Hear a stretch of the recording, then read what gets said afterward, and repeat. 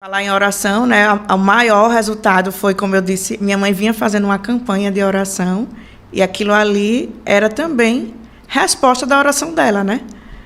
Que ainda que doesse para mim, mas ali era o Senhor respondendo o que ela pedia, né? O poder da oração.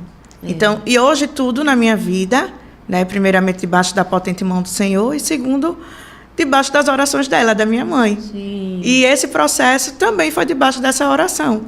E, como eu disse também no início, que esse era sempre foi o meu maior conselho. Ore, vamos orar, eu vou orar, vamos à igreja orar.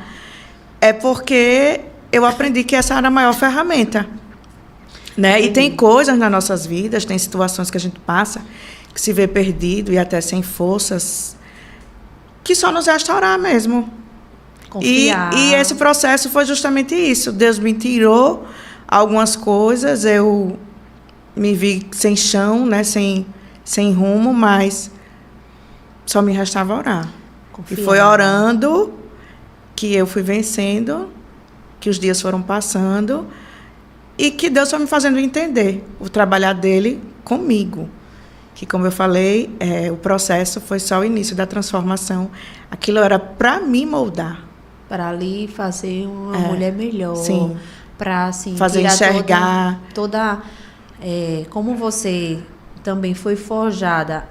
Na verdade, não é forjada.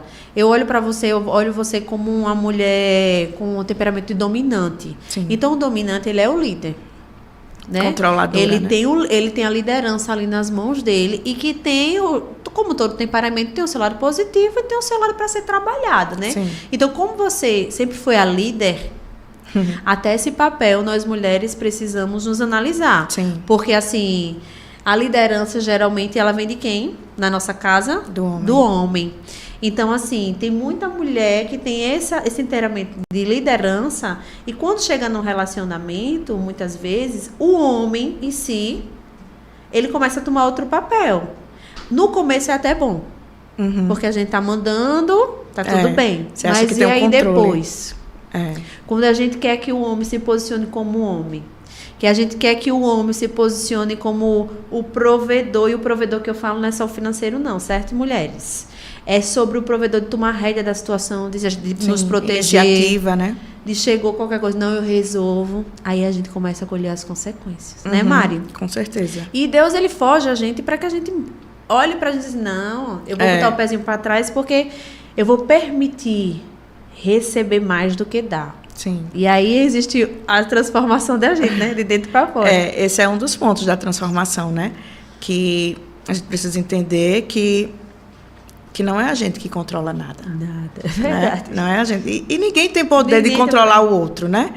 Então, faz parte também desse processo de aprendizado. Faz parte. Tive esse entendimento também, que essa atitude, essa personalidade controladora de liderar, como você falou, até isso precisava ter um limite, precisava ser com medidas, né, porque em excesso, né, me prejudicaria. Sim, e eu parabenizo a você por esse ato de coragem, porque testemunhar é um ato de coragem muito grande, assim. A gente vinha aqui falar dos nossos defeitos, do que passou, né, das nossas fraquezas, porque o testemunho é isso, a gente pegar a nossa fraqueza e colocar elas em evidência. Mas tem muita mulher que precisa ouvir isso. Tem muita mulher que se acha a dona, se acha controladora, coloca coisas acima do Senhor e Deus está dizendo, filha, meu negócio é com você, eu quero fazer algo transformando na sua vida para que o seu chamado, você pule de nível, né, Mari? Sim. Às vezes na traição, né, a mulher tem muito isso de se vitimizar ou se achar coitada e o outro foi o errado, né? Que teve essa atitude. Mas, na verdade, às vezes é até uma consequência de atitudes erradas nossa. Sim. Que é como a mulher tola, né? Que destrói o lar com as suas próprias mãos. Então, se não tiver sabedoria, vai cair nessas certas consequências. E, às vezes, precisa ser passado por esse processo para aprender a viver o propósito.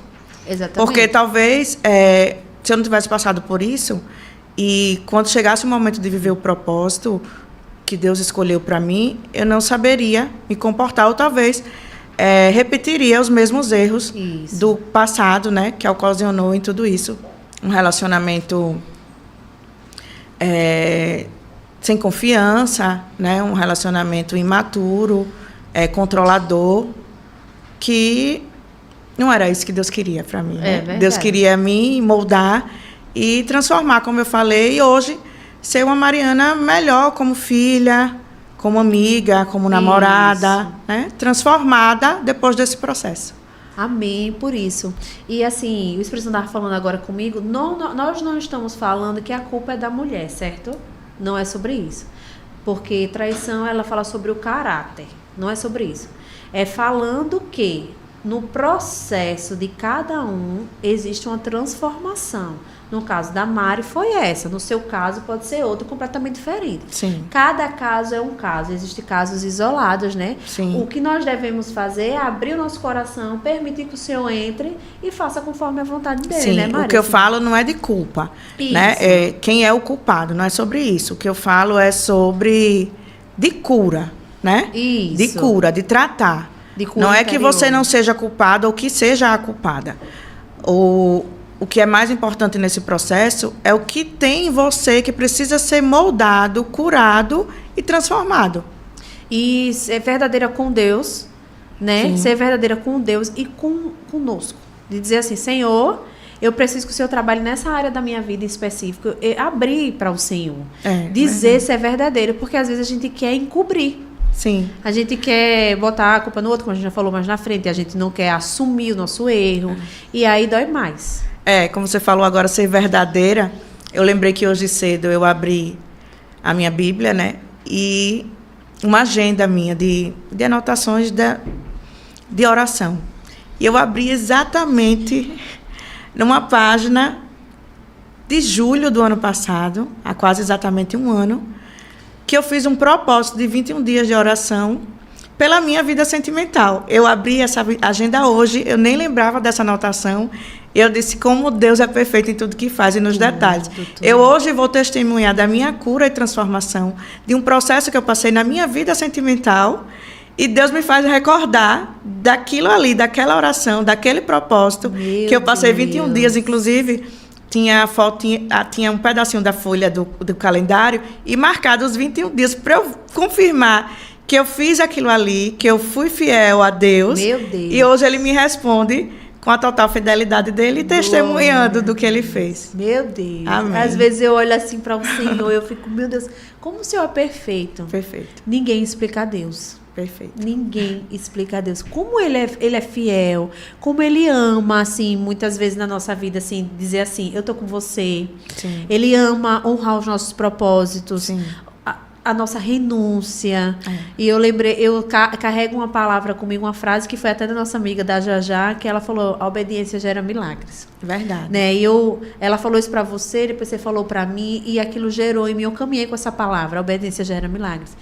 Obediência gera milagres, minha gente. Como é bom a gente receber, viver frutos de uma obediência, de um propósito. E você falando aí, Larissa, eu lembrei que às vezes tem situações na nossa vida que Deus só quer uma única coisa, que a gente mostre para Ele, né? Verbalize, como você disse anteriormente, e mostre essa total confiança no Senhor. Porque eu até consigo conjecturar aqui Deus esperando. Se você confiar, eu vou fazer. Mas se você duvidar, eu vou esperar. É isso mesmo. Até você mostrar a total confiança, né? É verdade. Que Ele faz. Ai, Mari, como é bom, né? Como é bom a gente ser tratada por Deus. Como é bom, porque Deus, ele... Eu costumo falar que o Senhor, ele não nos expõe. Não. É tão íntimo, né? O tratamento assim, ele não nos envergonha, ele não quer que a gente se sinta menos inferior. Não, ele diz assim, filha, era isso que eu queria fazer. Não é que você é mais ou menos, porque quando a gente quer brigar no braço com o outro, a gente compete, né? E a gente entra assim numa fase de... Eu lembro que assim, a gente conversou uma vez sobre isso, e eu e a Mari, a gente detectou um dia numa conversa que nós éramos muito orgulhosas. Sim. Né? Isso, para Deus trabalhar na minha vida no orgulho também foi algo muito sério, porque eu sempre fui muito orgulhosa. E eu vivo me policiando, porque se deixar... A carne, ela fala mais alto do que o espírito, né? Então, a gente sempre foi isso. Eu lembro que um dia eu olhei pra você, vou rir agora, porque eu lembrei que eu disse você, fiz, Mari, a gente pode até sofrer, mas a gente não sofre como esse povo aí, não, que se descabela, né? Que se expõe, que bota em direta. Sofreu hoje, aprontaram alguma coisa com a pessoa vai lá, já bota em direta no Instagram, uma palavra... Minha gente, não façam isso não, no nome de Jesus. Converse com a pessoa, peça desculpas, se redima com aquela pessoa. Mas isso é tão infantil. Sim. E eu lembro que eu disse pra você, amiga, ninguém nunca vai ter esse gostinho das nossas vidas. Não. Da gente aí, a gente se abria com quem poderia resolver. A gente tá aí se expondo, né? E o orgulho, ele... Segura. Segura. Segurar tem isso. A parte ruim, mas Sim. de certa maneira, assim, não orgulho que eu digo aquela parte ruim de você ser orgulhosa, mas assim, você tem que saber se posicionar, até para sofrer, minha filha, você tem que saber sofrer. É verdade. Porque senão a sua dor, ela fica ridicularizada para os outros, né? Então, mulher, no nome de Jesus, aprendam. Você vai chegar um momento que você vai passar por dores, por traumas, mas tem coisas que é só você e Deus. O seu Instagram, ele não precisa, os amiguinhos ali, eles não precisam ter acesso a isso que você está passando. Porque assim, só vai ser ruim para você, vai ser pior, né, Mari? Sim. Não deve. Leve tudo, suas dores, para o joelho, para os pés de Jesus. Quem que ele pode vai te resolver, ajudar. Que é o único que pode resolver. Mário, eu queria que você falasse um pouco, se nesse processo todo você recebeu palavras proféticas, você recebeu direcionamentos de Deus, se Deus usou pessoas para você, porque Deus às vezes usa pessoas assim para nos, né? Às vezes, claro, é a palavra de Deus, ali nós vamos abrir tudo, mas às vezes Deus usa pessoas para assim, para dizer, não, filha, para reforçar o que Ele já tem nas nossas vidas. No início desse processo... Na verdade, eu não me recordo de uma palavra específica profética e nem uma promessa, assim, uma única, né? Foram várias promessas, graças a Deus, no nosso caminhar, na nossa trajetória, né? A gente recebe várias promessas da parte de Deus. Eu não me recordo de uma única, não, mas assim, foi nesse processo que eu conheci o pastor Gion, novamente citado aqui. Sempre citado. Eu conheci ele nesse processo e eu lembro que foi...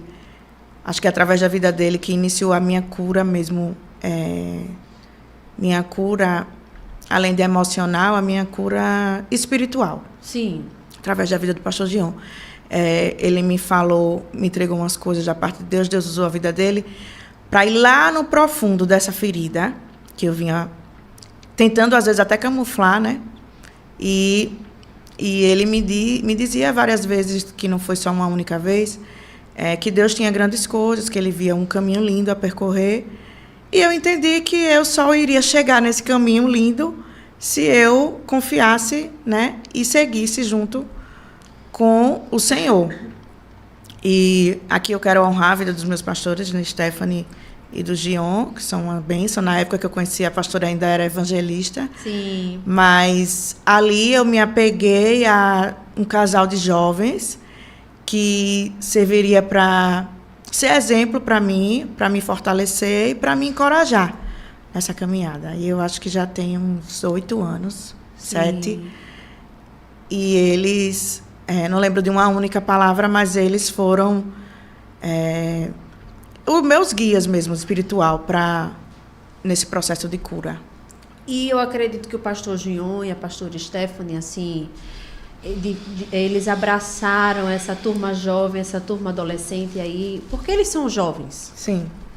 Então, como eles são jovens, você olha para a vida deles, de certa maneira, e fala assim, eu também posso, eu também consigo. É um espelho, né? É um espelho, uma referência, assim, de ver um homem e uma mulher jovem servindo a Deus, renunciando, vivendo coisas sobrenaturais na presença do Senhor. Então, a gente se espelha, né, neles, assim.